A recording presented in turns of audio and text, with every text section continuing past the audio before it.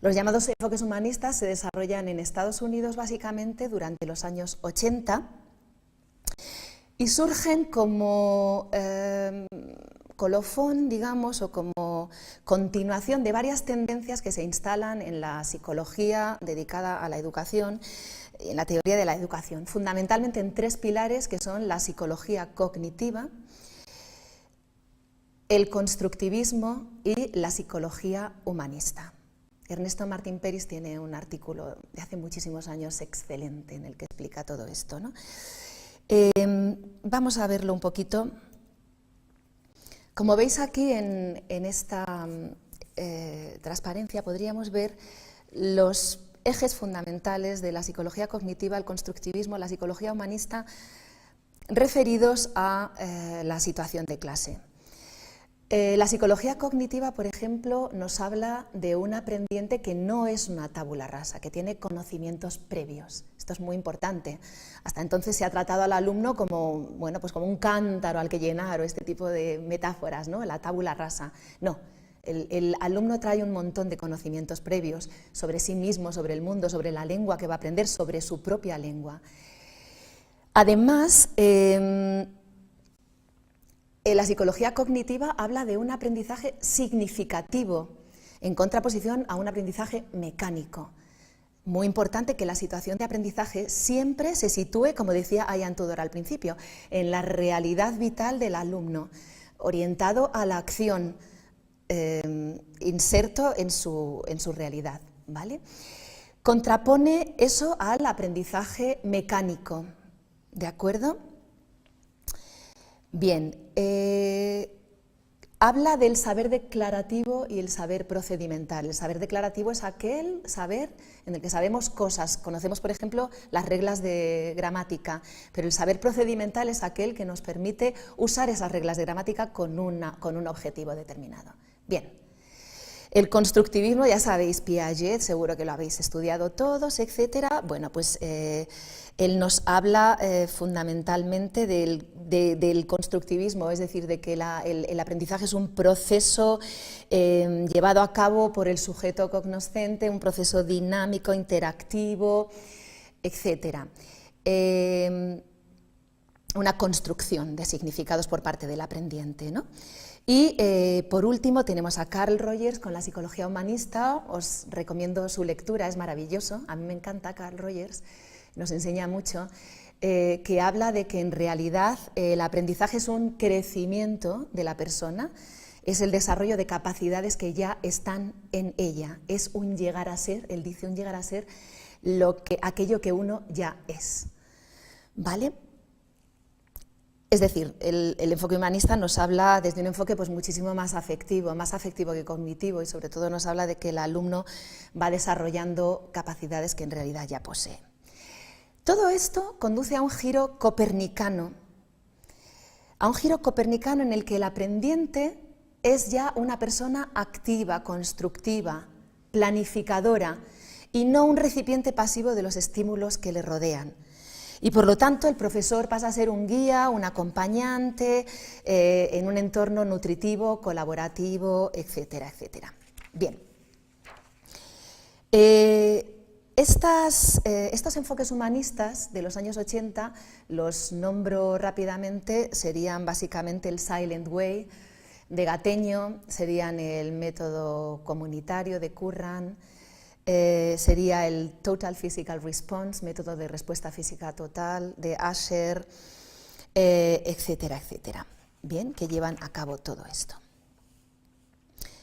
Bien, también al mismo tiempo estamos hablando de Estados Unidos, pero paralelamente a esto, en Bulgaria, ni más ni menos, en la Universidad de Sofía hay un doctor, es un neurólogo, psiquiatra, que se llama Losanov, que también empieza a desarrollar un método que se llama la sugestopedia.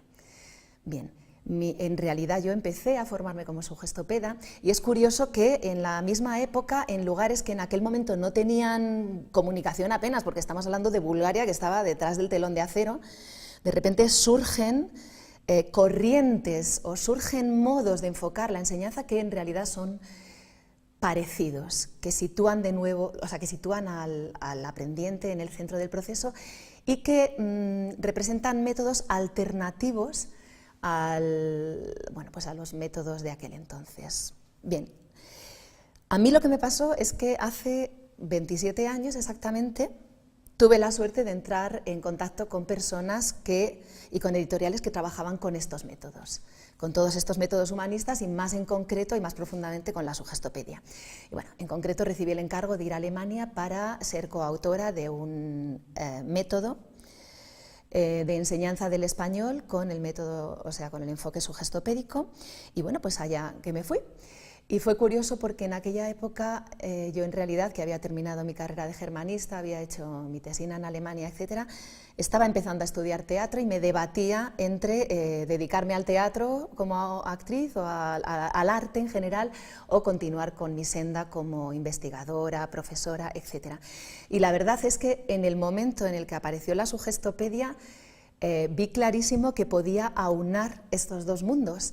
Es decir, que podía hacer de mis clases algo verdaderamente artístico, algo en lo que yo pudiera usar mi intuición, mis conocimientos musicales, pudiera utilizar también todo lo que de afectivo o emotivo tiene el arte, etcétera, etcétera. Entonces vi inmensas posibilidades de desarrollo tanto para mis alumnos como para mí como profesional y como profesora. Bien, Lozanov se basó fundamentalmente en la investigación de los mecanismos memorísticos, de la música como herramienta de aprendizaje y de las actividades artísticas como soporte fundamental a la hora de aprender. Y curiosamente, cuando yo me fui allí a Alemania y empecé a tomar contacto con este enfoque de Lozanov, empecé a tomar contacto con algo que ahora está muy de moda. La verdad es que en ese sentido sí me considero un poco adelantada a mi tiempo, ¿no? Porque ya en aquel entonces estábamos trabajando con los parámetros de lo que hoy en día se viene a llamar neuroeducación, neuroaprendizaje. Y llegados a este punto, pues vamos a entrar de lleno en eso que llamamos la enseñanza holística, el neuroaprendizaje, la enseñanza afectiva, etc.